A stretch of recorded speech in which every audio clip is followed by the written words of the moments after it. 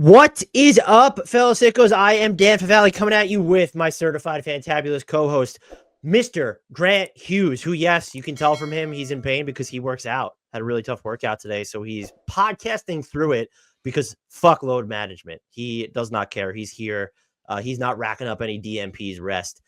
We are going to talk about which players this season have improved the most to us. You can use that as kind of a guideline for what most improved player will look like, but our awards, because no podcast is doing awards check-ins at the quarter poll. So we have valiantly decided to release that episode this Saturday. So stay tuned for that. But we're going to just get into, we have a bunch of players that we think have improved a bunch that we wanted to highlight. And that'll set the stage for most improved player, which is kind of its own debate where it's more about philosophy and matter of interpretation or preference, I guess, as with all awards. But Mr. Hughes, how the heck are you doing? That's the question we need to ask first. I'm doing well. I am playing through it because I believe availability is the best ability.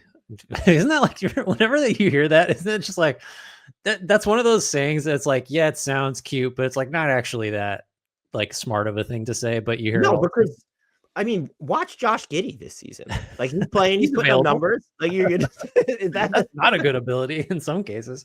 The players we'll talk about. Oh, sorry. Follow up. How are you doing? I am doing fantastic. I'm definitely in less pain than you are. So there is that. And it's Um, nice to have sort of a positive, like there's no way, I guess there's way to be negative about this, but we're not buying or selling or dumping on a certain team or player. These are always fun. we might at some point there might be a question about the sustainability of some of these improvements / leaps, but you know, you're right. This is essentially a positive celebration, acknowledgement of it. So you said guys that have improved the most. We probably should, because I think we kind of have a more specific definition of what that, like, this isn't necessarily the guys we think, this isn't necessarily a most improved, award ranking or anything like that.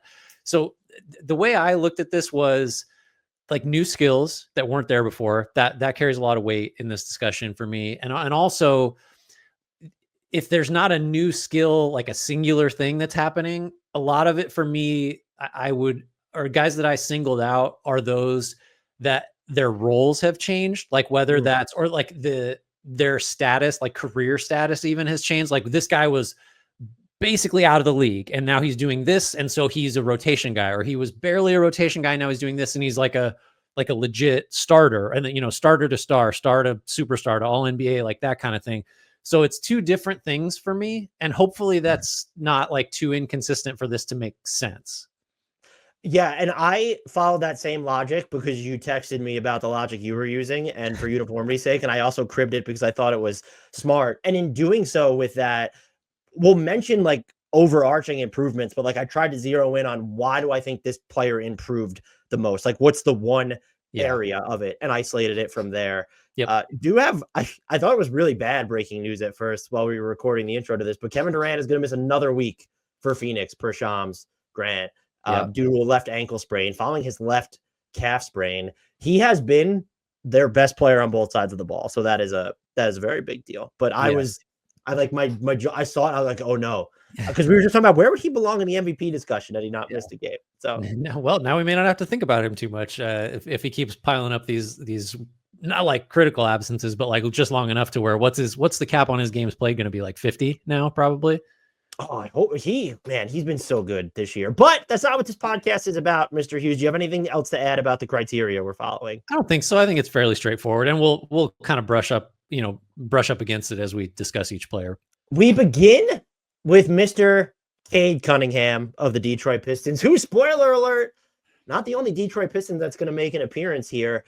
He was my selection, and I think, look, you can just go look at the numbers. There's an improvement there, like just the raw numbers. He's shooting more threes, hitting them at a good clip. There's still some issues that he has at the rim. But this is someone who just on the season, Grant, is averaging over 30 points, 12 assists, and 1 block per 100 possessions. Now, if this holds, here's every other player who has done the same for an entire season. Nikola Jokic, James Harden, LeBron James, and Derrick Rose. I was surprised. I'm not going to lie. I was surprised to see that name, but that is it. Now, I'm using that as my preamble into, I think where Cade has really improved the most is as a defender / rebounder, whatever you want to call it. The Pistons, their defense has slipped overall in the past couple weeks, but like they're still hovering around league average. That's a really big deal.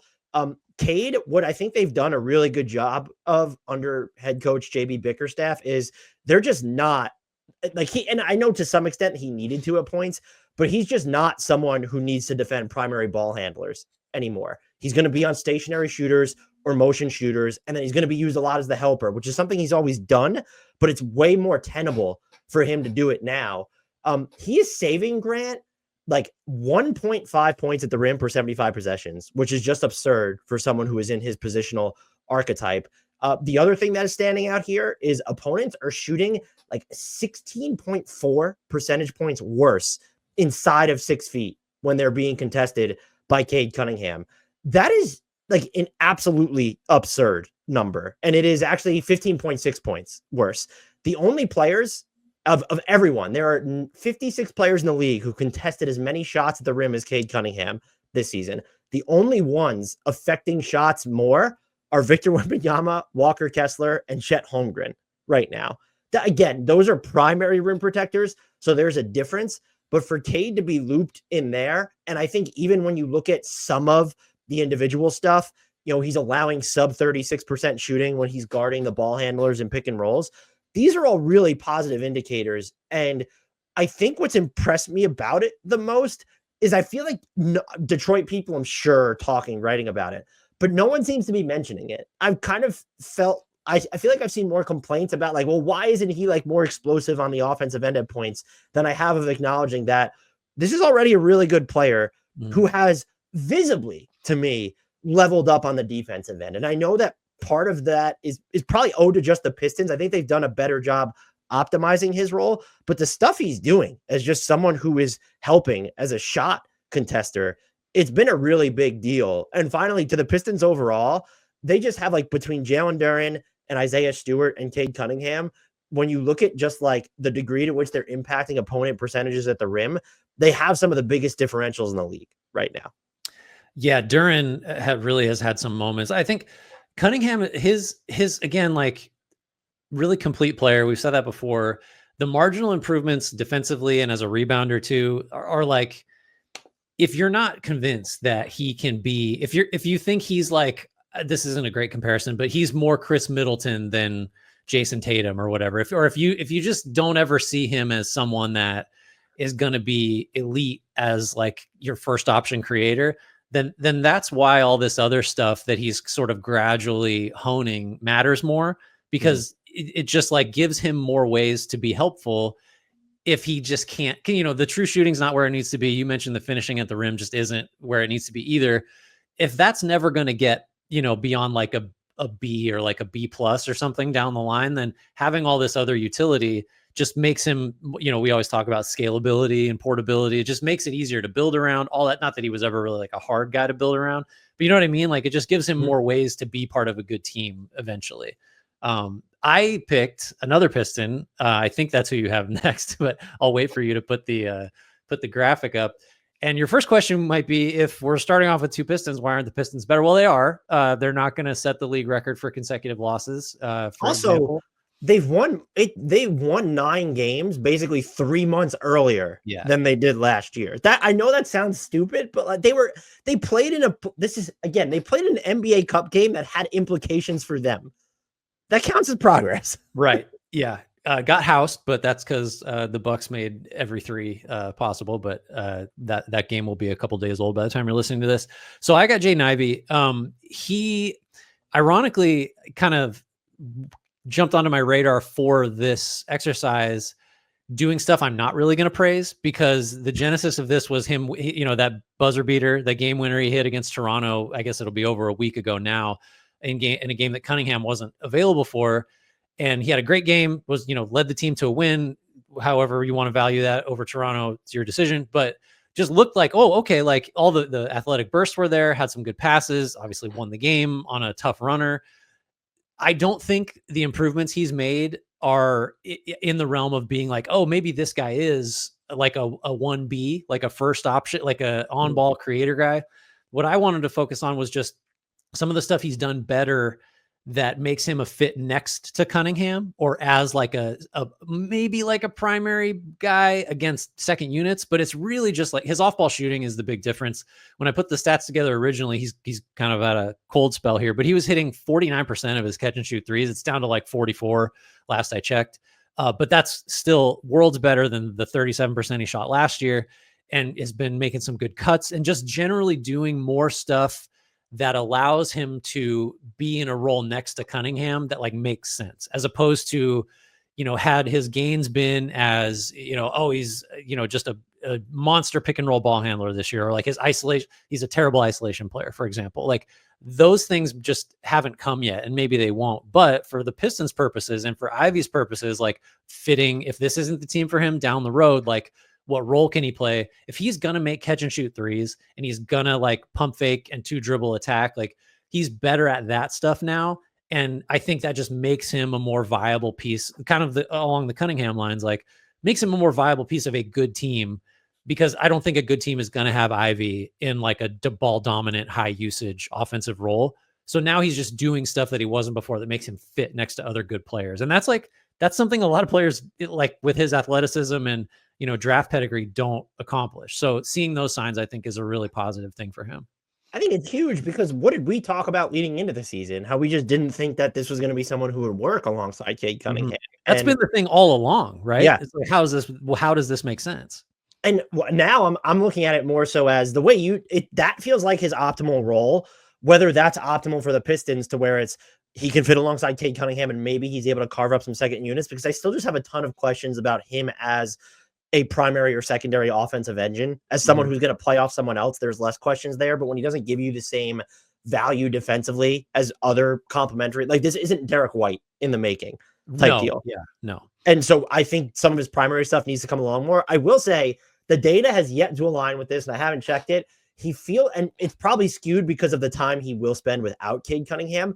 He's actually using more dribbles and seconds per touch this year. But if you isolate that to like when Cade Cunningham is on the floor, that had to have been slashed. Like he's cutting a little bit more than he was last season. And so you mentioned it, the quicker decision making from him while being efficient but not just a role, but like in an area. Like, what was the question about him coming out of the draft? Excuse me. It was his shooting. Yeah, is he going to make open shots? Right. And like he's hitting his open threes right now, and defenses they're not guarding him like a 5-alarm fire, but like he's getting guarded more closely than he would have been this time last year, certainly, or by the end of last season. I think that's a good pick, and it makes the Pistons' future all the more fascinating because of just there are other guys on the team where it's okay. Well, is it an intuitive fit with him and Cade and Ron Holland and Asar Thompson? Mm-hmm. Next up, Mr. Hughes, this is my guy. It's also your guy. I was going to say, joint it's custody. A little weird that you didn't pick him. I just feel like he's no longer your guy as a result. Is that how this will work? Or no? So Nickeil Alexander-Walker, the defense is the defense. Like that is still intact. I think he's been huge for Minnesota on the offensive end this year. I haven't loved, and they've gotten away from it a little bit where they've tried to make him do some point guardy things. But in the face of Mike Conley being up and down and injured, having Rob Dillingham, he's been used sporadically, being used a little bit more now. The Julius Randle dynamic of it all, having Ant need to shoot more threes, the spacing not being great, Jaden McDaniels potentially being on one of the worst contracts in the NBA. I'm just kidding, or am I? That's the question. He's done so much more offensively. More of his shots are going unassisted. A semi big deal. Like you want to have that. You don't want to call him a creator, but to have just that extra layer of someone who can get downhill on their own. Something he's always done, but never to like the degree of this consistency. And then the bigger thing is, Grant, is he has his effective field goal rate on catch and shoot opportunities right now is like 77. That is just absolutely huge for a Wolves team that desperately, I cannot stress this enough, desperately needs to carve out space. There are only like 5 players who are taking at least 3 catch and shoot jumpers per game with a higher effective field goal percentage than Nickeil Alexander-Walker right now. And I think this is maybe more of a niche improvement, but if that's something he's able to do, it opens up the floor desperately for a team that still needs it when you're looking at the personnel. And so like to have the actual effective field goal rate, he's at 73 now. So he must have dropped since I last checked it. Of the players who there are 134 of them, they're averaging at least 3 catch and shoot jumpers per game. The only players with a better effective field goal rate are Garrison Matthews, Karl-Anthony Towns, Buddy Hield, Ochai Agbaji, AJ Green, Nikola Jokic, and Taurean Prince. And so to have Nickeil Alexander-Walker there, he's always going to be big for Minnesota's defense, but this year he's been more integral and I would say more well-rounded on the offensive end as well. Yeah, I got no notes. I love him as a role player. I think the shooting's real. I would say like he's one of those guys eye test wise where when it goes up, you're like, I don't know. Like I don't always love the look of it. Just the form and how the ball comes off. But like 38% 2 years ago, 39% last year, he's at 45% this year. So it's just like, I think that's enough. Like I don't really care about the mechanics so much anymore. And just like overall, I know almost every time we talk about him, I harp on the career trajectory thing where it's just like, he was just a chucker, like that didn't really help in many other ways early in his career. And then he changes teams twice. And that's never a good sign within your first like 2-3 years when you're just bouncing around. And like, good for him to just figure out what it is he needs to do to be effective. Not everybody has the physical tools to just decide they're going to be an awesome defender and like change their shot profile and all that stuff. But yeah, I love Nah. I think I want him on any team I'm putting together, and I want him in a rotation role, and more so now than ever. We also do have to shout out. You could say this won't hold, but like he's shooting 20 of 24 at the rim this year too. Yeah. That's 83%, and to do that in Minnesota's spacing, that's just super impressive. Who do you have next, Mr. Hughes? We got Alperen Sengun, a late ad for me, and it's really, you know, he actually hasn't been quite as good offensively in a lot of ways as he was last year when he was like a fringe all-star consideration. I think he was one of the guys that we had as a most improved candidate as well for most of the year. For him, it's just the defensive growth, and it's not as simple as saying, well, look how good Houston's defense is. Because if you're making that argument and you're attributing it just to him, it's like, well, we're pretending that Amin Thompson and Tari Eason and Dylan Brooks and on down the list, like those guys don't exist. And it's not that. It's really more that I'm convinced. I mean, I wouldn't bet my life on it, but I'm way more convinced than ever that Sengun can now be a significant part of a very good defense. He won't be the driver of it, but his ability to defend the rim has jumped in ways that I just didn't think it was possible. And jumped is maybe the right word to use, because he's not getting off the floor. He's really physically strong. He's gotten better at positioning himself. And now his defensive field goal percentage allowed inside 6 feet is right around 53%, which is like, that's almost 9% below the average you'd expect. He's defending more field goals inside 6 feet than all but a couple guys in the league. So like the volume's there, the deterrent effect is there. His block rate is at a career high somehow, even though then that's more positioning than anything, because he's not, a vertical. He's not going to, go up to the top of the square to get shots, like some of these other guys do.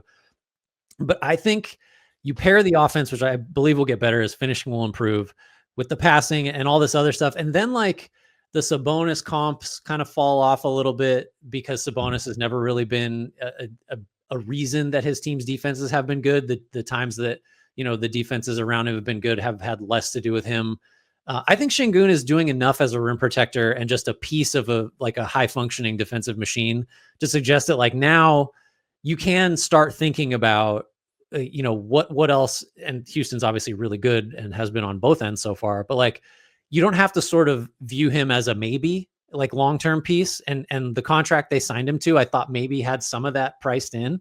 I feel like that question's been answered a little bit so far to where if he's going to defend the rim like passably, which he's definitely done better than that to this point, then like what else, other than like, oh, he needs to shoot threes. What else do you need the guy to do? I honestly don't know. And I would even argue there's been a lot of talk and breakdowns, which are accurate, about how they've used him in ways similar to that Ime Udoka did with Robert Williams III in Boston. Mm-hmm. I do think eye test wise, it's even more than that where his improvement is coming from. It's like being in the right spot, independent of those plays. I think he's done a better job of like staying in front of guys or figuring out what and Houston's defense is hellfire, and that probably helps him out a bunch. But a big part of it is positioning, independent of like just being a helper. So I think he's probably always been a little bit better at that than people gave him credit for, but it's real. And I do, to your macro point of this just kind of solidifies that, hey, he can, maybe they don't view him as their number one guy moving forward. Maybe they even view it as like our best player isn't even on the roster yet. I don't know if they might think it's Ahmed Thompson. It could be Reed Shepard. Houston is just talk about sitting pretty. They're sitting pretty. But he opens up all sorts of options for them now if he's going to be like this on defense. My next guy, can you guess? You don't have to. It's Ty Jerome. Just like you mentioned guys who could have technically been out of the league or just didn't have these big roles. He ends up playing just, what did he play, 2 games last year and just never always been someone with, okay, he's got good size, but he's never really played a ton. He's been in the league since 2019, 2020, and he racked up before this season, Grant. Like, do you know how many games he played before this year? I just remember looking, he'd never played 50 in a season. And had, like last year was basically a fully lost season.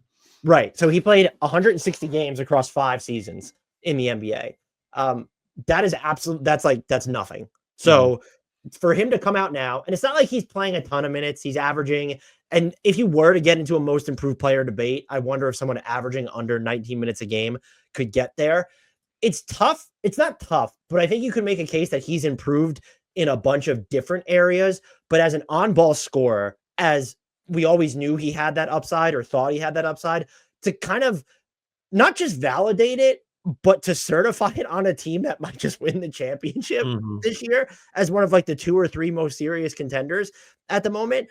He's upped his drives per 36 minutes. He's at 5.6 drives per 36 minutes, up from 4. This is 2 years ago I'm using. And I'm actually using the wrong numbers.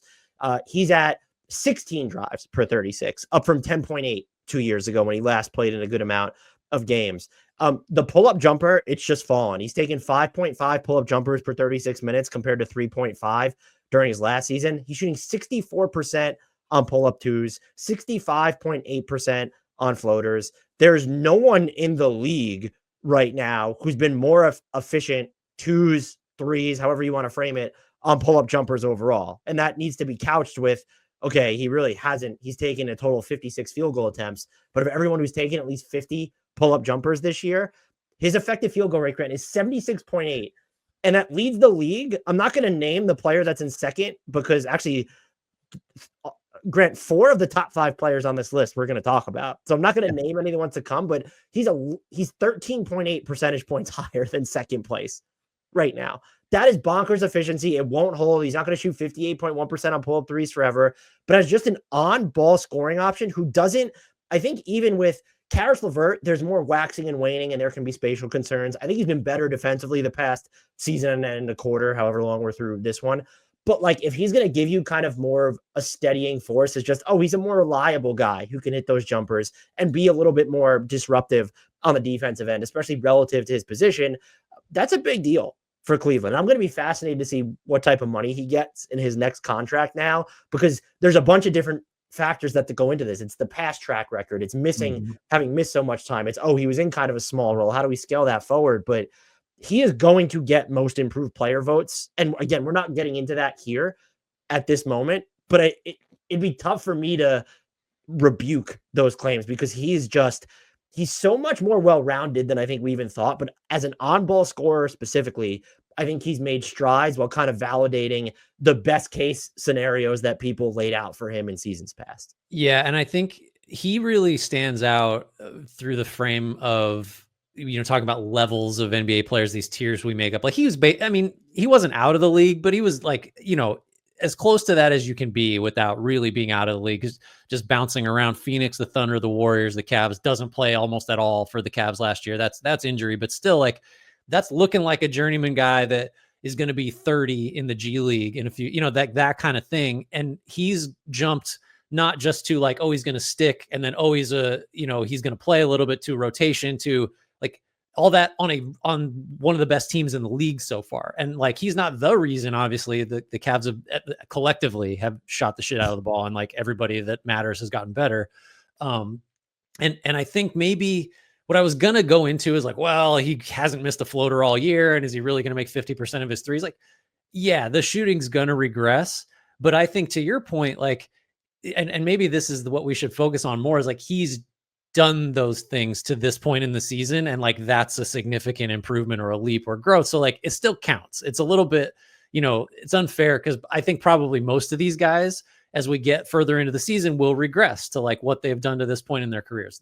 So he's just such an extreme case that you almost want to like find ways to tear it down. But like he's done what he's done, and it's not just offense. 3.5% steal rate is like way beyond anything he's ever even touched in his career. The highest he ever had was 2.2% as a rookie in 31 games. Like I don't know that I'd say he's a good defender, but he's making an impact. It's kind of like he's active. He's active. He like he like it's a little bit like the argument about SGA's defense last year. It's like our steals defense, and it's like, well, not exactly, but they still matter and they make a huge impact. So like that for him, it's that's sort of the same argument. Yeah, is he the most surprising? Like to me, he's the most surprising leap of anybody that we're going to talk about, I think. I would agree with you. And also just the context of it too, because think of the team that he's on. They have Darius Garland, Karis LeVert, and Donovan Mitchell. That's not, you could say like we have high hopes for Ty Jerome, but it's like, well, where was all of this? Right. Like Craig Porter Jr. was a story last year too, in the backcourt. And Isaac Okoro, just even maybe more of a wing, but like that's someone else who would play guard. So it's the player just because of the track record and how much he's actually played, but then it's also the roster. It's, oh, did you expect him to, and even, I think you're even kind of seeing it come to bear, because if you were to guess right now, like this is someone who should be in the running for most improved player and sixth man of the year, like regardless of criteria, but you're averaging under 20 minutes per game. He's not going to win either of those awards. Probably not. Certainly less likely to win six man because, you know, a lot of time a six man is a guy that starts 49% of his games and has a bunch of. Is he in your closing lineup? Right. Yeah. But most improved, I think it's, you know, depending on how you want to define improved, like this guy saved his career and is like a good NBA player right now. And he's a free agent too. I've mentioned that before. I'm going to be very curious to see what he gets. I don't even want to throw numbers out because I tend to be too optimistic on the breakout guys. He's probably going to get like Simone Fontecchio money, like $7 million a year. Yeah, that'd be a bargain, I think. Your turn, and we are on to. This is tough stuff. Our guy. I'll grant you partial ownership. So this is another one. I like Ivy, where the numbers looked a hell of a lot better before just this brutal cold streak that not just is affecting the whole Wizards team, but also Bilal Coulibaly. So the numbers still, though, I think under the hood point to he's made real strides. And if anything, like let's give the guy credit for doing anything positive on a team that's just like the Wizards are so brutal on both ends, and the environment is so just counterproductive. If I could give you one word to describe the Wizards, Grant, what would it be right now? I'll let you do it because you texted me last night like excited about it. It's bobcatting. They're dead last in offense and defense. They are bobcatting. And part of and that's like tied to why it's impressive that he has made some strides. Because he just watching, you know, before the game got out of hand last night, it's just hard for him to get the ball. And my argument is like he needs to start possessions with the ball a little more often, even though Jordan Poole shot it better. Like I don't think Malcolm Brogdon is like a real helpful NBA player anymore. Maybe that changes if he gets on a serious team. But between those guys and between Kuzma, who's out, but and like the rookies they're playing, man, it's hard for Coulibaly to get the ball in a position where he's set up to succeed and doesn't have to do something really hard to make a positive play. Despite that, he has basically doubled his drives per game. He's much more efficient on them. He's drawing shooting fouls on drives more frequently and more effectively than really anybody else that's driving a lot on the team. I know, like low bar. But in addition to that, he's their most efficient isolation player among guys that get any kind of isolation sets.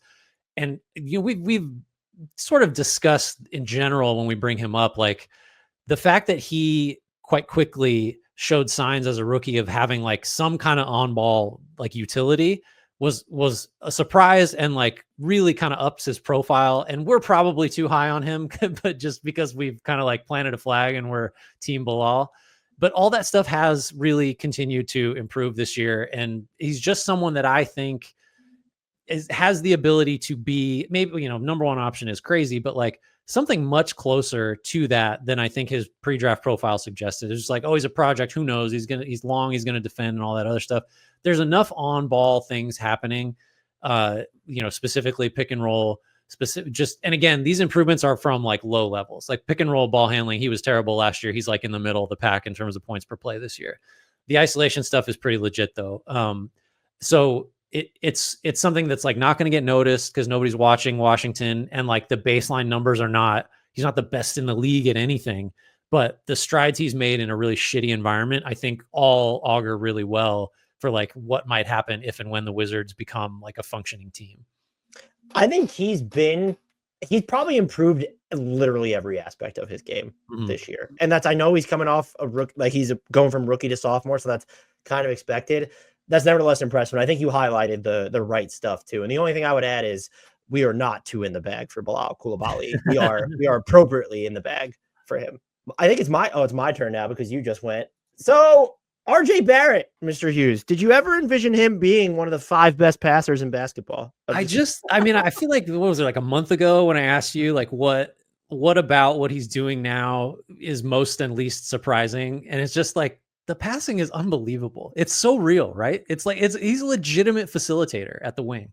Yes, he is averaging about 11 potential assists per 36 minutes. That's up from 6.5 last year. He has increased his assist rate on drives. Grant, he ranks 13th in the league in assists at the rim this year. That's, I don't care. You want, Scotty Barnes hasn't played. IQ has barely played. Shut up. That's impressive. And I think what's impressed me the most is he can do a lot of his damage on the move, like in transition, semi-transition. The slowed down, more deliberate, okay, there was a ball screen or I'm attacking a set defense. There's playmaking out of that too. He's become just decidedly more efficient out of pick and rolls as a scorer. And I think that part of that is he's less predictable as to what he's trying to do, where he's trying to go, even the passes that he's throwing. And you can see it, feel it in the way that the Raptors are running their offense. And kind of through this all, this, like, it does expand into different parts of his game, but I think it's worth highlighting. I don't know that you could say he's gotten better with moving without the ball or when he gets a head start, so much as the Raptors have done a better job of putting him in a position to do that. But I think you also look at the way he's playing. And what's most interesting to me is that fits alongside Scotty Barnes. It can fit when IQ is healthy, when Grady Dick is healthy. Like, this is someone who feels, even though he's doing more playmaking than ever, and a lot of it is just, it's on ball stuff. It's not just like all these swings. He somehow feels more plug and play than ever. And now what you really need to trust is, okay, can the 3-point percentage stay here? Because it's dipped. He's down to like 35.5%. But he's on like 6 attempts per game, which I think for him, that's going to be fine at this rate. And if you're going to continue to have the element of making quicker decisions or smarter decisions by table setting for everybody else when you're slowing down, that's huge. And so it's this weird improvement of, I think RJ Barrett can be a part of a larger ecosystem more than I ever have before. And yet, if you need him to kind of drive things, and no, I don't think you're going to have a top tier offense if you're running everything through RJ Barrett. But as your second or your third, whatever option he ends up being in Toronto, that's a huge deal. And this is just, maybe he always, this, you could say he's always had this in him, but like Toronto's spacing, it's probably better than, like, percentage wise. No, forget about it. But it's the way they run their offense, it's probably a little bit more innovative than what he was seeing under Tibbs. But even when he was, I don't even want to say running, captaining these second units in New York, you didn't see this level of playmaking from him. And this is, to wrap it up, what I find most cool about this is it feels like it's an improvement that's born from just both the player getting better, smarter, but then the team putting him in the optimal situations for him to get better and smarter. Yeah. And it's like, when is it ever, I agree. Like, it'd be a lot more interesting if we were able to say, like, I kind of think you could just use him as your primary ball handler or something like that. Like, no, but when is it a bad thing when, like, the third guy that the ball swings to on a possession is a massive threat to, like, facilitate against a scrambled defense? You know, like he's like a lot of the guys we're talking about, where this thing he's doing now just makes him make way more sense on a good offense or a good team, right? Like, it's not going to like fundamentally, he's not going to be like a 10-time all-star now, but it's just like, oh, he's got this skill that will play anywhere, that you can scale up or down as you need it. And at the moment, like, the Raptors need it. Like, he's really, like, come through in a role that, like, how many other guys could you put in that position and expect this kind of passing growth out of? Like, count them on one hand, maybe, if that. And I'm very curious to see if he gets even better, because I do feel like one of the things he's going to struggle with is, like, if he's going to draw 2 to the ball, it feels like there's a 33% chance that's going to end in a turnover. But now I'm assuming he'll he'll see less of that at like now that Scotty Barnes is back, and then as if IQ gets healthy, and then so is that gonna, or can he just get better at what happens in traffic in those situations? Because I think if you're going to wonder if any of this is smoke and mirrors, it's, well, what does the slowed down version, fully slowed down, methodical version of RJ Barrett look like as a playmaker? And there might still be some questions there. We have another Toronto Raptor. He's your Toronto Raptor, though, Grant, and his name? Ochai Agbaji. This is probably a deep cut if you're not a Raptors fan. But, as I was looking through options here, I get this is kind of a Ty Jerome case, maybe to some extent, where it's like anytime this didn't necessarily happen to Jerome, but Agbaji was traded in the second year of his rookie contract. And he was a first round pick that was, I don't know, like fairly highly regarded, came with some questions, but like, he goes to Toronto in a deal that brings back a 24 first. So it's almost like the Jazz are like, let's get a do-over because we don't believe in him. And I mean, honestly, like to just, he didn't seem like an NBA caliber offensive player. Like there was a lot of defensive activity, super athletic, if maybe a little smaller than you want in like a true 3-and-D wing. But I think what he's shown this year, in addition to just like his defensive activity levels, good steal rate, like really does compete, can guard multiple positions as long as you don't put somebody too big in front of him.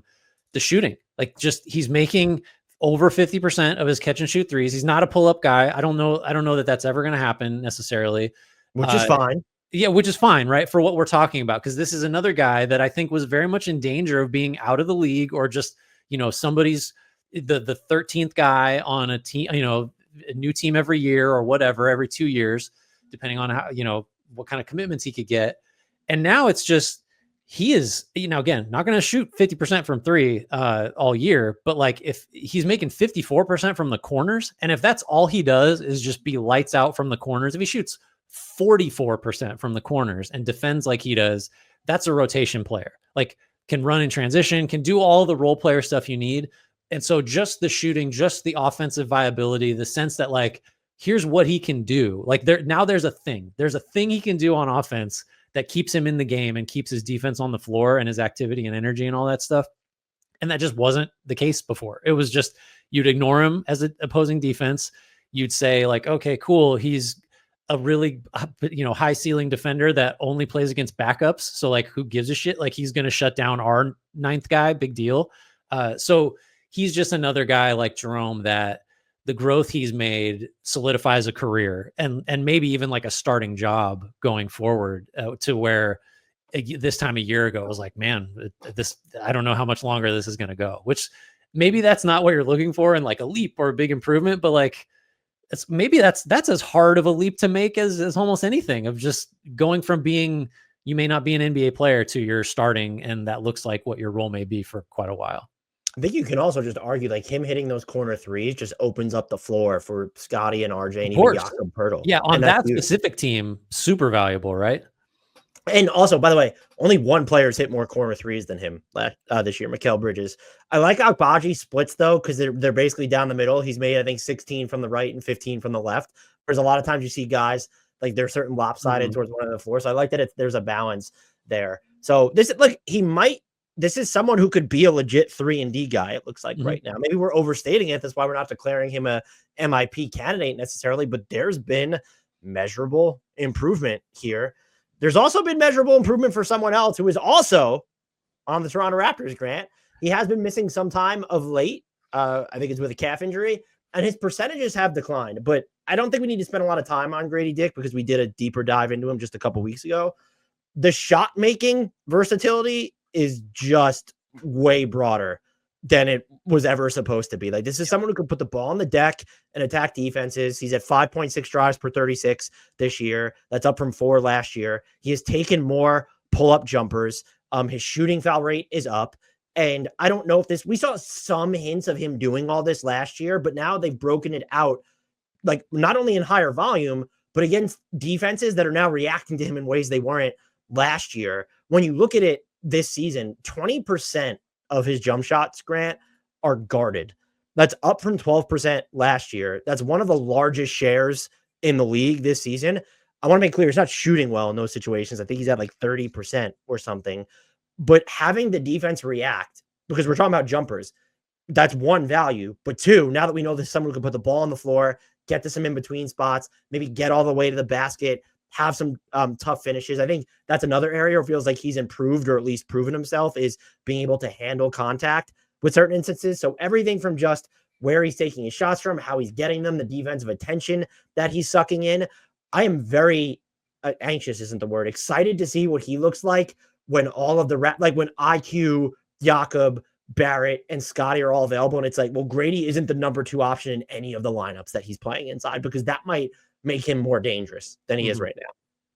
I think with him too, there was a lot of chatter about this. I guess it was probably summer league and maybe preseason where everyone affiliated with the Raptors that was watching those games was talking about he's not just a shooter. Like it was like a PSA, like Grady Dick, white dude coming out of college, like, oh, he's just a catch and shoot guy. That's wrong. And that's just borne out. I think too, the foul drawing craft, like he's, I think he's right around 7 per 100 possessions, which is like not nuts, but it's way above last year. And he's a 90% free throw shooter. So like there's real value there. And that just speaks to the broader point of he really can just do stuff with the ball that not only, wasn't expected of him, but that's like a lot of wings can't really do. So I think he's a great pick. We've got 3 Raptors now. So maybe does that mean the Raptors are in for massive regression, or they're going to get really good once everyone's healthy? And I make no apologies for saying this, unless there's some just toxic undertone that I don't know to it. I skeeted the other night that the Raptors are the most entertaining team in the league under 500. And it's not even close for me. Like, have you gotten, and maybe part of expectations are caked in here, so I haven't gotten a lot of joy out of watching the Kings or the Pacers. They've stressed me out more than anything this year. So it's just like, who is the team that's below 500 you're choppering in to watch? You're just thoroughly enjoying basically every game. It's either overly dramatic and they'll still lose, or maybe they pull out a win like they did on the NBA Cup Tuesday. So the Raptors have been one of my favorite watches this season, which is funny because they've won 7 games. Yeah. I mean, we like guys that seem to be playing over their heads. Like and I'm not saying they are, but like, that's a huge bonus to watching a team that's not winning, is like, look, can you believe Agbaji can shoot it now? And look at Barrett passing, and Grady Dick can do all kinds of stuff. Just makes for a good watch. We have Franz Wagner next, which is what I have. This is kind of like, we can't really do this if we're not going to talk about him as much as anything, because he's just I don't think he's improved even a little bit. No, you don't think? I mean, that is the argument you might make, is like, he's just tasked with doing more because Paolo Banchero's hurt, and like, that's not really improvement. The counter to that is just like, the weight that he's carrying is way heavier. And if your argument is, well, he's just kind of doing more of the same, then like, that's incredible, because the job he has is so fundamentally different. And like, not a secret, the Magic's offense is not very good. There's not a lot of shooting there. And for him to basically take on, 25% more touch time just on the ball, over last year, I don't know what happens to that when Banchero's back, but to do that and just set career highs and all your per game stuff while playing the same number of minutes is just like, that's insanely hard. And what it really points to is he might be, well, he is, he can be a number 1, primary ball handler, shot creator, playmaker, whatever shorthand you want to use on a good team, provided there's good defense there. And that just wasn't the case last year. Some of that is the shooting growth. And we're coming from a low point, 28% last year. I think last I looked, he's 34%, 33.8, I think is what I saw when I looked last night. So not like a dead eye knockdown guy, but paired with his driving, his improved passing, and just looking at that all through the fact that he's getting, 1.5 or 2x defensive attention every night because Paolo's not playing. That's a hard jump to make. I have another guy I'm going to talk about that is also probably pretty predictable. But I think we underrate, the overall statistical profile is not super different, but when the job changes, I think that can really point to growth in ways that aren't as obvious as like Agbaji shooting 50% from 3 versus being a non-shooter before. Like the circumstances, I think, can have as much to do with what we view as growth as anything else. Yeah, I mean, look, I know you say concerns about the Magic offense, but they're in the 61st percentile of offensive efficiency when Franz is playing without Paolo this season, which kind of continues a trend where they were, I think last year they were in the 94th or 95th percentile of offensive efficiency in those same minutes. But like, given the personnel, that's because when you're playing without Paolo last year, you're going up against a lot of inferior lineups. Now you're going up against the main lineups. And I think what's interesting, and I think also a little bit exciting, so he's averaging about 36 points per 100 possessions this year when Banchero's off the floor. He's averaging about 36 points per 100 possessions when Paolo Banchero's on the floor as well. And the change has been, you mentioned in the shot profile, he has to take more unassisted threes. The twos get harder. His efficiency drops off, but he has a 55 plus true shooting without Paolo on the floor. Again, as the engine of your offense on a team that's not really built to generate a ton of offense, that's really good. The thing that I think stands out to me the most has been the passing. And so without Paolo this year, Grant, he's generating 23.9 points per 100 possessions as a passer, just off of assists. And now for context, like if you're looking where that would rank, if you scaled it, just like if that was his default, that's about top 20, top 21 in the league. It's what Luka Doncic is generating per 100 possessions as an assist guy this year. And now that's an extreme because the Mavs have him playing off the ball more, which I actually think is going to be a huge benefit to him and them long-term. But we're talking about, I'm not saying he's one of the 10 best passers in the league. I also probably have more questions about, well, can he be the primary driver of an efficient offense? I think I'm just so like clumpy pilled from watching Orlando's offense still after all these years, where they did try to make certain changes to it with the addition of KCP, and it hasn't necessarily worked out that way. Could you imagine if the Magic were like, let's say a top 10 shooting team? What would him and Paolo look like? Yeah, that's the thing. So to your point, this kind of maybe brings it home. So his assist rate is up over 30%, and it was under 19% last year. His turnover rate's down at a career low. So like that touches the passing, that touches on, like, it's insane that he's doing more positive facilitating while making fewer mistakes amid significantly greater defensive attention in an environment that is not built for him to succeed in because of the lack of shooting.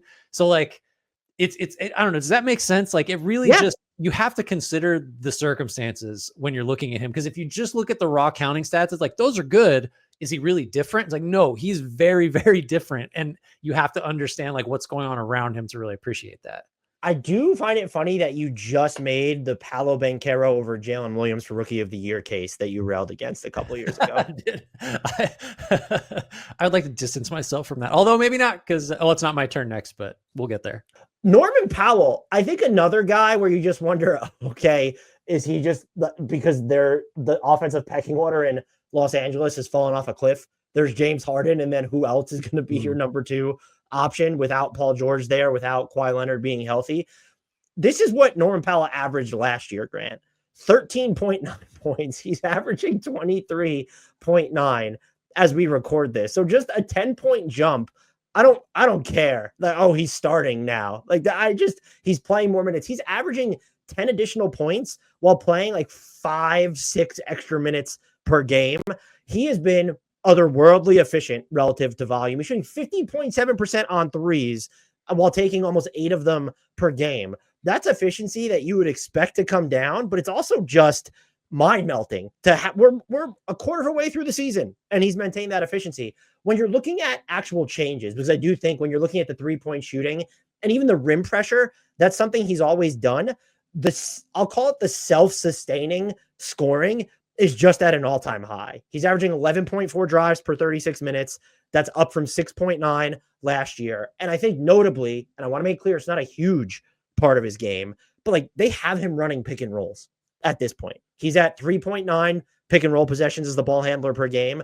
That is more than double the volume that he had last season. And he also, his scoring efficiency in those situations, so you're giving him a ball screen against a set defense, he's averaging 1.11 points per possession. That is incredibly efficient for that circumstance. It ranks 10th among the 79 players who have run more than 50 pick and rolls. And by the way, I even find that number staggering. He's just among the players a quarter of the way through the season that have run more than 50 pick and rolls. Now, I still think there's a lot to be desired. It's just he's not passing a ton more. in those situations. I think he's making an effort, at least if you're going to give him a ball screen, but like he has a one-track mindset when he's getting downhill, and that's fine. I think that he's gotten more efficient or remained comparably efficient while dealing with more complicated volume. It's not just more volume, it's more complicated volume. There's extra defensive attention, there's extra responsibility. I'm very curious to see, again, not the discussion we're having, but in the actual most improved player convo, I'm curious how people are going to view him. But this is a massive leap, and it's coming from someone who is in his age 31 season. So we just have like 10 plus years of knowing who this player is or what we think he is. We have our priors, and he's flipped a few of them. Now, the Clippers don't have a great offense, but like him as your number 3, like if Kawhi ever comes back, or you make even him as like your number like 2.5. He's done a great job for LA this season. I was just thinking before you said it, like I this isn't a most improved like ranking or anything, but of the guys we've discussed so far, there might be 1, maybe 2 that I would suspect voters would pick over Powell, just because the spike is so glaring, and it's been like such a story that like him and Harden are just kind of like, I guess Zubats too, but like that's more of a defensive thing. Like that offense is not good, and those 2 are like the only guys that are doing a lot consistently. And Powell, it's just the efficiency and the volume and all that stuff. It's so conspicuous, and it so fits into like the type of stuff that we tend to reward with most improved player. But yeah, and to do it at this age, I know you mentioned it, but it's like he's by far the oldest guy we're going to talk about. It's just like, it's not close. Yeah, I didn't even think about that. Yeah. So, I mean, maybe that makes you more skeptical, but I would argue it also makes it more impressive, because usually, like you said, you're sort of set what you're going to be. Forget 10 years, like 5. Like we kind of have a sense of what kind of player you are. And he's just the best version of that now. Clippers are they the biggest surprise this year? You could probably throw I'm not technically surprised by the Magic without Paolo for sure. I was just, they need to make a trade. Like this isn't going to work. So they've been surprising in that aspect. But if you told me they were top 4 in the East, like that wouldn't have shocked me. It's probably between the Rockets or the Clippers. Am I forgetting somebody? I guess the Cavs at this level for sure. We were pretty in on the Cavs. I mean, if you're going the other way, the Pacers have been surprisingly bad. But like, I think there's like what's the biggest pleasant surprise? For me, it's the Clippers, because we buried them. I think I don't know if we picked like the most likely under, but I know they were in the conversation for us. Just like it was hopeless. James Harden can't do this anymore, which, I mean, he's been fine and great in a couple recent spurts, but like I guess there were people, though, now in hindsight, like some people were saying the defense was going to be really good. I just never bought it. We said the defense was going to be really good, and we continued to rip wins away from them anyway while we were going through that exercise. I think I had them under 30 wins or something. I have to go back and look. But yeah, I think they're relative to our expectations, they're clearly the biggest. For sure, yeah. All wow, right. Shocker. My guy. We just couldn't do you think I was going to do this without getting Jalen Williams in here? Dan, come on. So all the numbers are up. You can do some fun basketball reference sorting, messing with his like 22 5, 5, 2, and 1, and you get one other season in NBA history, and it's Michael Jordan in 1990-91. So it's just like you throw in his efficiency. His true shooting is down, although I think it's probably back over 60% because he was lights out last night, but had him at 50. He was at 59% prior to that. So like you'd say like, well, what's different? He played center for like a month, and he was really good at it. So I would argue, how tall is he? 6'6", maybe 6'5". 7'2" wingspan, kind of comparable physically to Draymond Green. Was he a decent defender? I guess. Like, I don't know. It's a couple things with Jalen. Well, it's 3 things. 1, I have to talk about him because I love him. 2, I think he's made the rise to like all NBA level. A lot of the catch-alls have him in the top 10, like he's way up there in EPM, and it's early and all that stuff is real, noisy at this point. But I do think just in terms of across the board volume, across the board efficiency, he's elite. Just flat out statistically. And now if we're going to introduce into that essentially like 5 position stuff, I guess the knock against him still would be you take SGA off the floor, you put Jalen Williams on the ball, surround him with the best the Thunder have offensively. It's still maybe not great, right? Like it's not elite. I still think some of that has to do with the limited players the Thunder put around him in some of those lineups. I do believe that he's close or closer maybe to being someone that can just run the offense without SGA. He's not as good as SGA. Sorry. There's like 3 guys that are in the world. Whoa. So You've come down on Jalen Williams. I know. So, yeah. He walks on water. SGA runs. But like you introduce into that, he really can credibly play center on a team that's really good defensively. And like, I'm sorry, that's growth. Like that's a leap, or at least if he could always do that, he wasn't trusted to do it. And now he has been. Don't know how much you're going to see of that now that Hardenstein's back, and Chet will get back whenever he does. But having that like club in the bag is insane for a guy that's just one of the best wings in the league, full stop. He can also play center. Like, what are we doing? Like, that's incredible. So I'm honestly just asking because I do find myself on this podcast. I end up, I think, we had the conversation, Jalen Williams or Scotty Barnes the other day.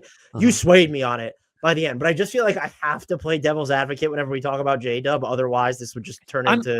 I'm irrational about. I am biased. Here's the thing. I don't know that I think you are, but I am having a tougher time squaring away where I watch him and I view him as just like, oh, like this could be. Do you view him, I guess, in the same vein of, and I would saying, well, he can drive an offense by himself, but we have all this evidence when he plays without Shea, right, that the numbers do not back it up, particularly without Chet Holmgren on the floor. Yeah. So how do you know? Like, what do you make of that?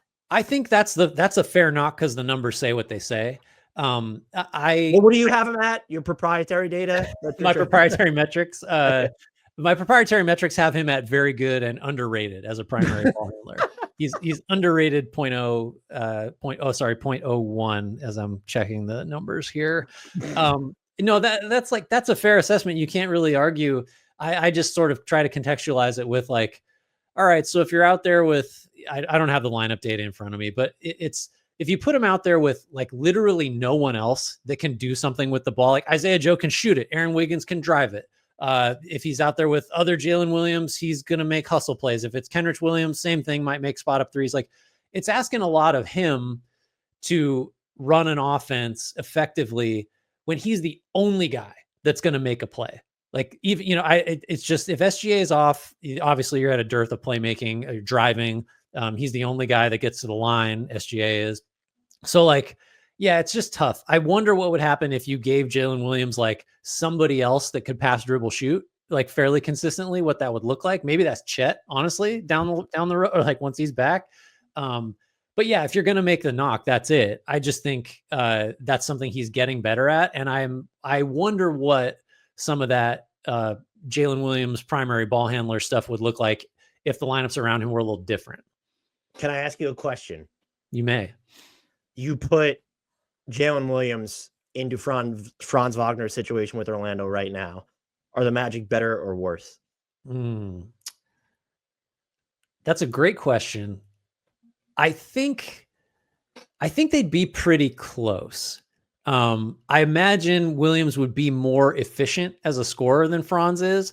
Okay. I wonder if he could handle that much volume though, because we haven't seen that. So fair question. I think it, and that does illustrate like maybe J-Dub is not someone that can right now be like the high volume rep after rep after rep primary initiator on offense. And Franz has done that, but I would bet you that at least Williams would be like shooting it better, would be more efficient. I don't know if that dodges your question. I think maybe they'd be comparable, but like in different ways. And maybe the volume is what matters, right? Because that's what Franz has proven, is that he can just take on this enormous playmaking load, and Williams has never really had to do that and hasn't done it as successfully in smaller doses.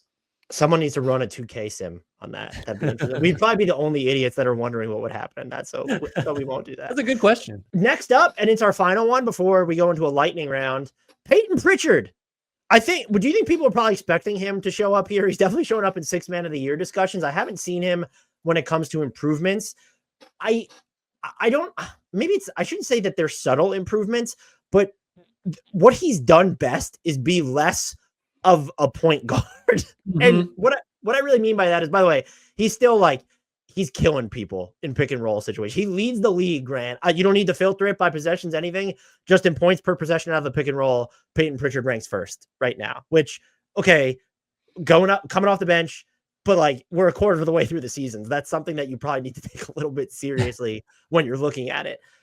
He's just, to me, when I watch him, it feels like he's making quicker decisions and then just absolutely eviscerating defenses with those quicker decisions. He is like, we all know what he's probably shooting on like 3-pointers. I think it's like 80% or something. But 62.3% of his shots come while using one or fewer dribbles. That number was only at 52% last year. 60% of his shots are also coming with after fewer than 2 seconds of touch time. That's up from 52% last year as well. To play that much quicker and then still just be super efficient, like whatever, almost in whatever kind of shot type you want to filter for him. When you look at, yes, we know the 3-point percentage, but Peyton Pritchard on drives this year is up to 77.4% shooting, Grant. He's shooting 24 of 31 out of drives. He's shooting off the catch. I don't even know what the exact number is for him on spot up threes this season, but if it's under 50%, I think I'd probably be a little bit shocked. So he's at 45.6%. So color me a little bit shocked. He's shooting 38.8% on pull-up threes. I think he can still do a lot of the point guard stuff. And like, he's definitely talented.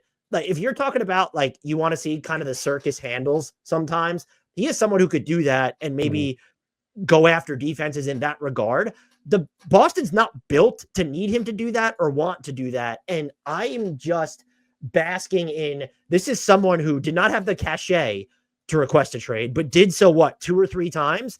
And now he's become an integral part of the team. And he's probably good enough to, if he wanted a trade, he could actually force one now because he's reached that profile. So I'm curious to see if anyone can catch him for 6th man of the year right now. Like, he seems like the runaway favorite and not just, well, let's just consign to, convention there, but like, oh no, he's the rightful runaway favorite. Pull up jumper effective field goal rate. He was number 3. So by the way, those rankings before, 91 players have taken at least 50 pull up jumpers. Ty Jerome is the most efficient. Norman Powell is number 2. Peyton Pritchard's number 3. So this is just, he seems to kind of be fitting the mold too, more than ever, of just what a lot of people want a 6th man to be. And just the number I referenced earlier, 1.4 possessions as the points per possession as the pick and roll ball handler. That leads the league, and he's running almost 2 pick and rolls a game. So this isn't, Michael Porter Jr. is at 1.39, but barely runs a pick and roll. Taylor Horton Tucker's 3.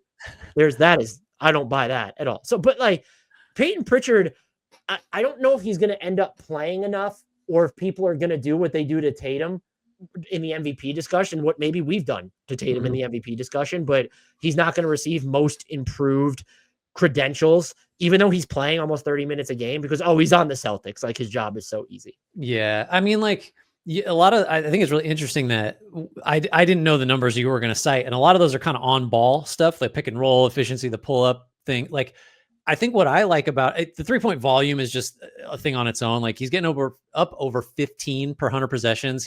His career high before that was 12, like that, which is high. Well, like, that's an insane number. And to shoot it as well as he has 43%, that's like just it's kind of like the math game that the Celtics as a team are playing, is like, we're just going to shoot so many more than you're comfortable with and make them at high rates that you just can't win.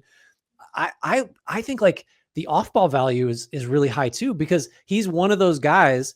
And I always jump to like Eric Gordon, that he will spot up way beyond the line. Like, so he just forces a defense to cover a lot more space if he's off the ball. So I don't know that that's a new skill, but his average shot distance is 22.5 feet this year. And that's with 10% of his attempts coming inside 3 feet. So like, I should have just parsed out the NBA.com data, because I think they do have the extra long threes, or they split it up into beyond 23.9. But like, the on-ball stuff's amazing. That's probably where the growth, I think, you're citing the right stuff first. But like, as an off-ball threat, it dovetails more with what you're saying, where it's the on-ball stuff, but he's getting rid of it quicker. And so that fits into the whole off-ball things. And so he's always had a little bit of a plug-and-play element. I guess his improvement is he's just become infinitely scalable. Yeah, right. Well, man, like the game when Boston played Cleveland, he also just like put Darius Garland in the basket on one play. Like, he caught it, he had a low catch and just like bodied him underneath the rim and just scored right over him. Like he was, I don't know, like a a power forward in 1991. It's just like, oh, he can do that too, because he's super competitive and super physical and strong.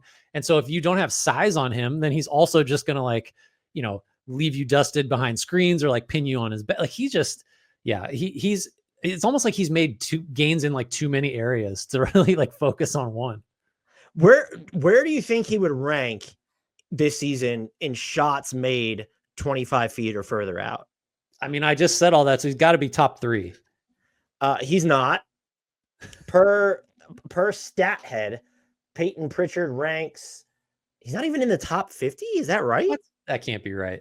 I never would. Maybe it's like, so if I changed it to like, maybe it's a 23 feet situation. What is his average shot distance is over 22. So let's just say 23. Does he pop up there? Like he's just taking it from a very specific range. Maybe am I imagining that? Maybe what I'm doing is conflating all of his like end of quarter heaves that he made in the playoffs last year, or like that he's so good at in general. I'm wondering if I sorted it wrong, because to me, I definitely sorted it wrong. So he is 7th in shots made outside of 23 feet. Okay, that's pretty good. I feel better about that. Yeah, the players in front of him: Derek White, Donovan Mitchell, Tyler Hero, LaMelo Ball, Jason Tatum, and Anthony Edwards. This fact that 3 Celtics are just in the top 7 is perfect. And the Celtics are totally fine with the introduction of the 4-point line, is what you're telling me. Ready for the lightning round, Mr. Hughes. Sure. A little bit less lightning, but the real lightning round comes after Christian Brown. I do think he deserves a mention. The numbers for him just kind of pop when you look at relative to last season. So last year he averages, what was he at last season? He averaged 7.3 points per game. He's more than doubled his scoring output. He's at 15.9. I think where his real improvement has come, and there's probably 2 areas, is they've given him more ball handling responsibility in certain moments. And I think he's done a pretty good job of that. I still wish that I could see more of that from Peyton Watson, since I view him as kind of the more fluid on-ball player, even though he's definitely not as consistent as Christian Brown. He's done some more handoffs, but I think what the big thing is for Christian Brown is he's more effective and better at kind of understanding how to move when Nikola Jokic is off the floor. He has a 60.2 effective field goal percentage without Nikola Jokic on the court this year. That's up from 51.4 last year. He's shooting 67% on twos without Jokic on the floor compared to 48% last year. And that might feel like a small thing because we know that he's going to play a bunch of minutes next to Nikola Jokic, but he is more independent on that end of the floor, even when he's away from the ball, than he's ever been. And I do think that deserves just a little bit of a shout out. I understand that that's never going to be the crux of his offense, but I look at him and I'm like, are you really shooting fewer threes per 100 possessions than you were last year on this team? I was just going to say, like, so yeah, I have it right in front of me, 3.6 attempts per 100. He was at 4.9 last year. And yet, like, I think it's a testament to, like, because all we wanted him to do was just be KCP, basically, right? Like, you just shoot as often as he does and as accurately as he does, and then keep doing all your other stuff. I think it's a credit to him and maybe the Nuggets too, of just like, yeah, he's shooting 46% from 3. That's all the more reason to shoot more. But I think they kind of looked at like, okay, what's he good at? Let's just do more of that. Like, let's have him improve in ways that like are like him, as opposed to trying to turn him into like the type of player that we need. Cause maybe that's just never going to happen. But it's fascinating to me that his scoring growth and stuff has really stemmed from stuff he was already good at, as opposed to like, let's turn him into some totally different version of what he's been, which is like, I don't know, in a lot of ways, I think that's a hard decision to make, right? To just double down on what a guy's good at as opposed to trying to change him.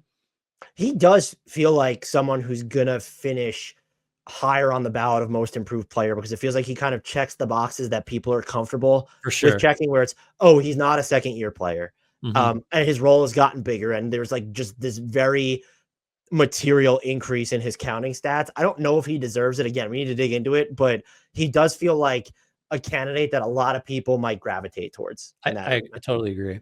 Next name, what have you noticed from Mr. Hughes? Dyson Daniels. We've talked at length about him already. Yeah, I mean, I don't know. So this is a volume situation, I guess, because defensively, he's just in the conversation now of like, is he the best perimeter defender in the league? And that's tied directly to the insane steal rates, insane deflection rates. Like, and we spent a good portion of the first month of the year talking about like, is he gonna just set the steals per game record, or at least be the first guy in whatever 30, 40 years to be up, over 3 a game. Like, is that plausible?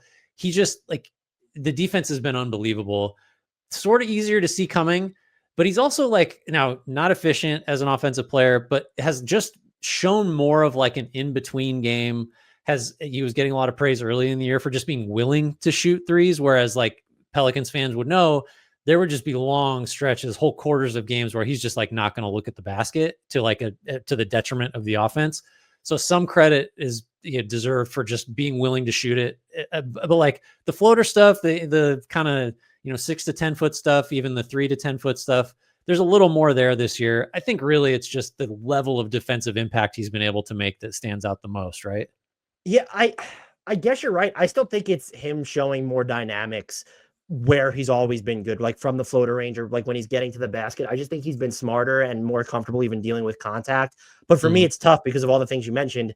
He was never like Atlanta's just going to have a better half court spacing environment than he had in New Orleans. And his role was just also bigger. So it was this kind of, again, the stuff he's doing well, we always saw flashes of most of it in New Orleans for sure. Another Atlanta Hawk, I would say what I've noticed the most about Jalen Johnson, who not that I wrote him off at the beginning of the year, Grant, but he had like a rough start after signing that contract extension. I wonder if that was he didn't go so hard until the extension was signed. So he had to work his way back into shape because he didn't want to get injured before signing it. But I think the biggest thing with him is I've always viewed him as like this connective passer. He's playmaking more from dead stops, just not caps lock running the offense, but he has the ability to go against set defenses, attack off the dribble, and make plays for others out of that. That's been a huge deal. Atlanta's getting healthier now, so having Bogdanovich back, getting a little bit more run from Kobe Buffkin, even though he's more of a defensive option at this point. They kind of need that, though, when you look at just, okay, Bogey gets injured a lot, and then you have Trae Young, and then it's who? Like, who's your second best? Probably Dyson Daniels after that. So you have Bogdanovich and Dyson Daniels and Jalen Johnson. I've been very impressed with that aspect of Jalen's game. I think like I made the case the other day, something I was writing for just more Trae Young off the ball. And a lot of it has to do with Jalen Johnson can just be someone that makes the right decision much more than he used to be. I'm very curious to know what you say about LaMelo Ball because he's injured again, calf strain, right? I think he's dealing with. Yep. I mean, the Hornets are just pick a name and tell me who's not injured at this point. Brandon Miller, who is playing enough minutes to make Tom Thibodeau blush at the moment. But LaMelo's counting stats are fascinating, but a lot of the improvements that we saw at the beginning of the season, they're like not the same. So I'm just kidding. Like, where do you land on this? So have we not talked about him yet? Like the kind of the give and take of his pre-injury part of the year? Right. So the question you posed it to me, you said people are wondering if LaMelo Ball has become basically the most overrated player in the NBA. And that struck me because I was just looking at like the 3-point volume was insane. And he tailed off a little bit before injury, but to get up 13 threes a game is like that. And if you're hitting him at a league average clip, which he's fairly close to, that's such a huge value add. And the passing and the offensive orchestration, the usage rate was on pace at one point to be like the third highest in the like modern era. So like, But then, so the pushback was always kind of two-pronged. One is just like he is an unserious defender and team player, which is easy to say about him because he does play with like such a carefree, like his step backs are unlike anyone else's because they almost just feel like, fuck it. Like every time, they're just like little flicks and like shoot it off 1.5 feet. Stay the same. Like I'm not putting him on the same level of these players, but I don't like when we try to use demeanor as a metric for commitment to where if you could tell but like you could say the same thing about Luka or Jokic. Maybe so. I think, I think that's true. Maybe less for Jokic than Luka.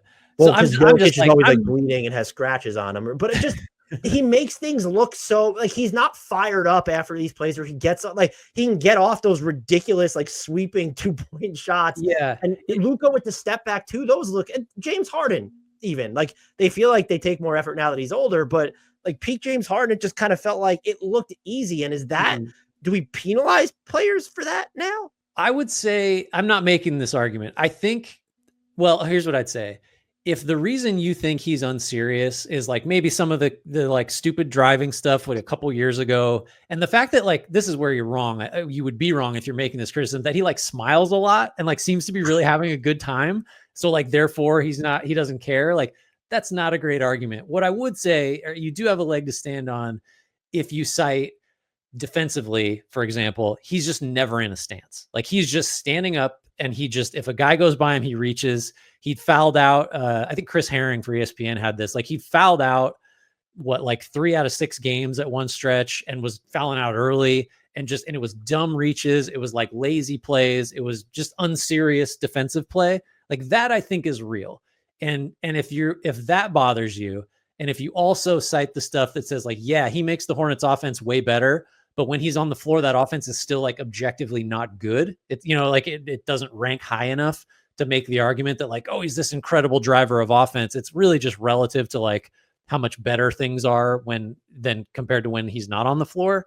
Mm-hmm. I'm receptive to that stuff. Like the defensive, just like not giving a shit.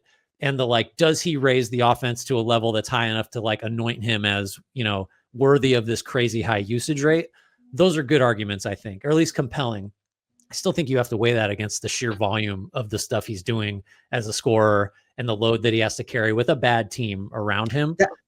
And that's what's tough. That's what makes him tricky, right? I think I'm more impressed than not, but I am receptive to the stuff that suggests like this actually isn't as meaningful as some of the numbers individually for him make it look like. Very quickly, what do you make of the notion that he hasn't actually gotten better, that this is more of a volume and approach thing?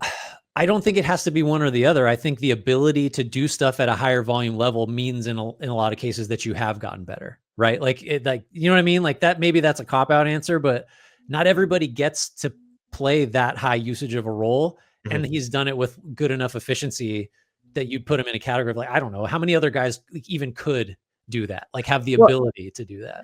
The Hornets offense, 53rd percentile with him on the court. The half court offense is in the 35th percentile, which can be a red flag. I just wonder if that's the returns of LaMelo, what is the player you put on this Hornets team with the availability, the injury concerns and all, that is a lot better. And I think you're getting into the Jokic, Luka Doncic, of course, but like I'm asking, if you put Anthony Edwards on this Hornets team, are they a better offensive team? Yeah. How different, or is it Trae Young or something, someone that we have seen drive a really good offense? Like, is it meaningfully different? We can't answer that, but no, I think that's the right counter, at least if you're going to impugn him offensively. I don't think that's necessarily the way to go. I think it's the defense as much as anything. I want to shout out Jaren Jackson Jr. as well. I know we're seeing an extension of kind of what happened last year with more self-creation, but he leads the Grizzlies in scoring, and they're a top 5 offense right now. They can still be, and we saw it in their loss to the Mavericks. That half-court machine is very rickety, including Jaren Jackson Jr., whose release remains, it's tough to watch, I'm not gonna lie. But he's shooting 60% on floaters versus 44% last season, and so I think the floor opening up a little bit when John Morant's there, but John Morant's missed time this season, and the Grizzlies are not this billboard for pristine spacing. I think Jaren Jackson Jr. has kind of continued to build upon what he did last year. And I think it's exciting for Grizzlies fans and that team in general to see him be this player in, I guess I would say, closer to what the normal team is supposed to be when you look at who has played this year. Yeah.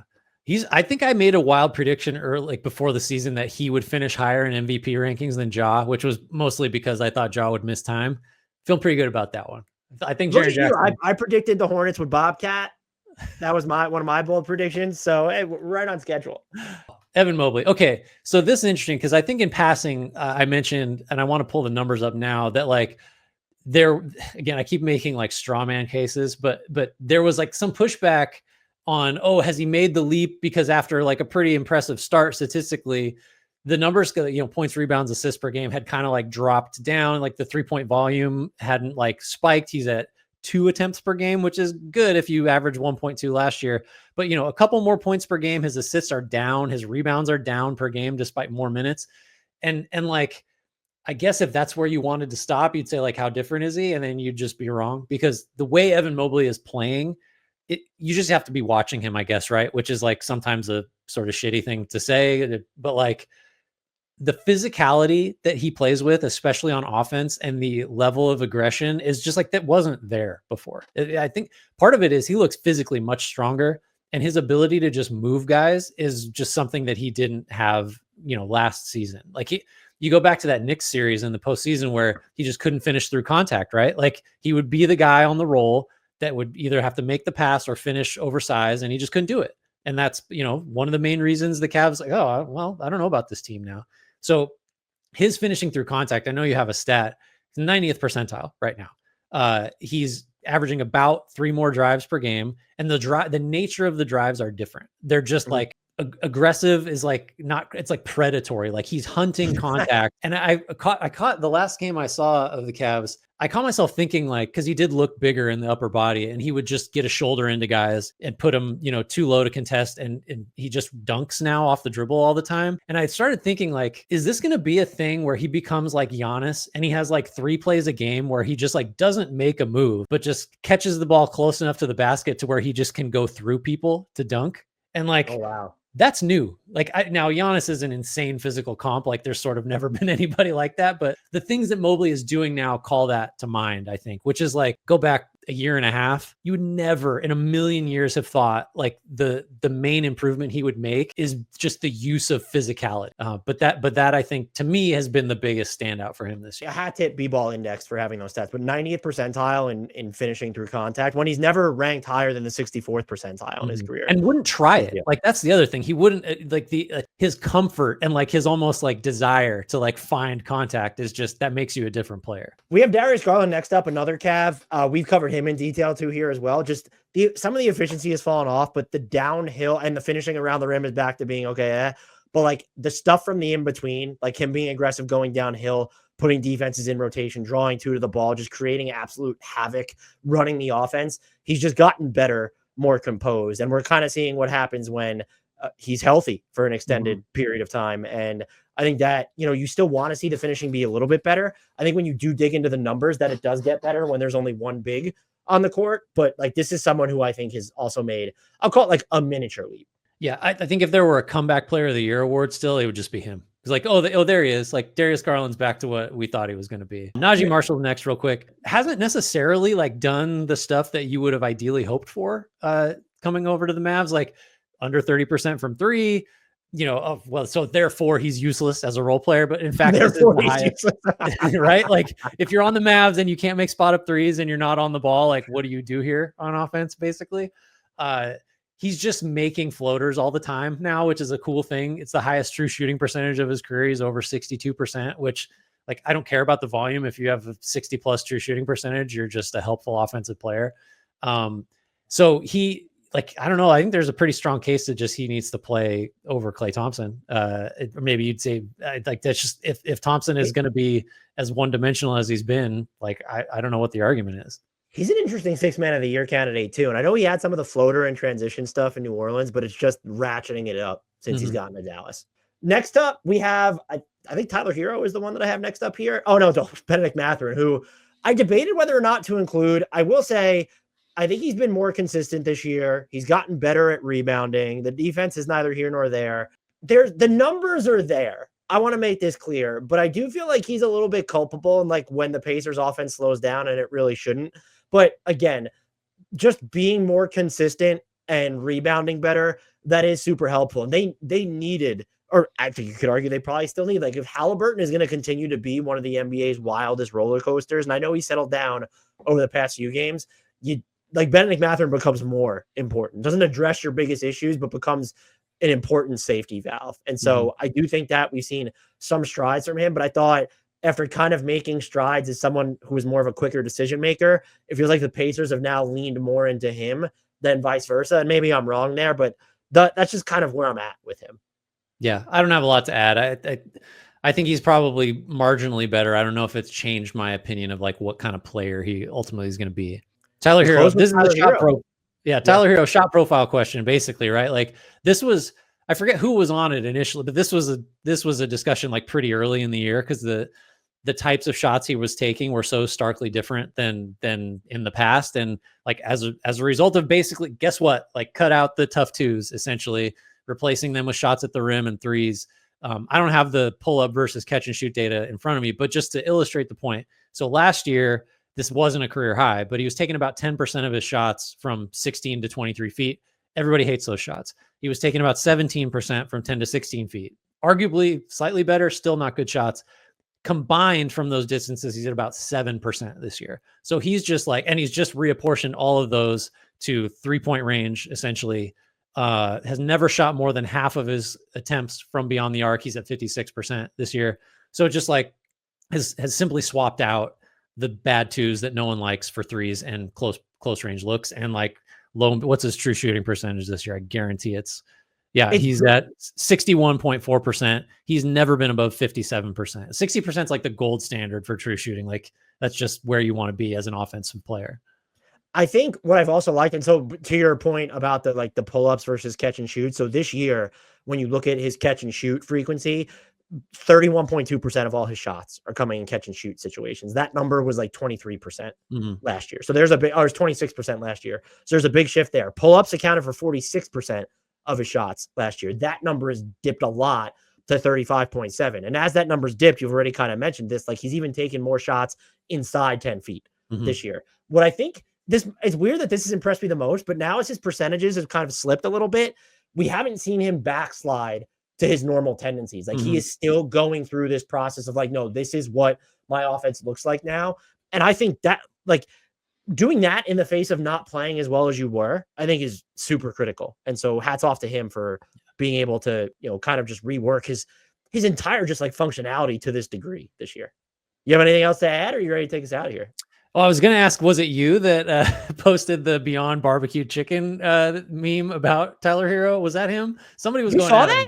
I did. I did see that. I pop in on Blue Sky every so often. Look at you. Yeah, that was the Celtics or the nasty business going after him. Yeah. Yeah. We just got to show both sides of the coin here. Tyler Hero still sucks on defense, but that's not the point. Let us know if you think we missed anyone. We didn't do it intentionally. This wasn't our ranking. Like we said, we did some of the players that we thought just improved the most. I'm curious as to who would be is there anyone that springs to mind that you think we probably, I thought about, Giannis is shooting the lights out from mid range, but that's just, we've kind of been there, done that before. Right. Yeah. He's had spikes or I don't know, peaks and valleys in that forever. No, I think some people will advocate for OG Anunoby, and I think the numbers are better, but that's just, to me, it's like a volume. He's not shooting well on drives or like out of like these one-on-one situations. Well, and it's probably like as far back as like 4 or 5 years ago, we were just talking, he would just get mentioned as like, this guy's the best defensive player in the league because he can, like he's just doing OG Anunoby stuff basically. I will say this player, if he was doing more of it in higher volume, I just think it's kind of, he's more efficient with the same level of broadening his horizons as last year. Tamani Kamara has been, it's a delight. I mean, we could have just said Wemby because the 3-point volume is insane and it's been really accurate. Some people are uncomfortable about that though. Uncomfortable about that? Did he get better or worse because he's taking that many threes is the question. I just want to know what he's going to try next year. It's like, what like who he is 100% going to try dunking from the 3-point line. Seems easy, right? Like why shoot it? Why shoot it when you don't have to let go of the ball to score? I think that's good. Yeah. Let us know who we missed, which I would probably did 25 players here, but thanks again, everybody, as always, for watching, for listening. Remember, if you haven't, subscribe on YouTube, rate, review, 5 stars, the whole deal, wherever you're listening to this, whatever podcast provider you have. Comment on YouTube that, engage with us there. That's a good place to let us know who we did or shouldn't have included or what we overlooked. Let us know what should be the next edition of, I called it Reaction Inception. Let us know when someone reacts to something that Grant or I have written, and then we can react to them reacting to us. Yeah, I mean, miss me with that. I don't. I'm gonna make you do that at some point. Okay, that's fine. I'll commit to doing one. I just want, what I hope is that we react to a reaction, and then the original reactor reacts back, and we can just like have content forever. I guess that's just a conversation if you really think about it. Yeah, but it's happening independently. Yeah. No, it's a series of traded monologues, I guess. Join our Discord, link for that in YouTube and podcast description. Good place to get our merch as well. I think that does it. So until next time, make sure you shout out Frank Ntilikina and apologize to Jared Allen.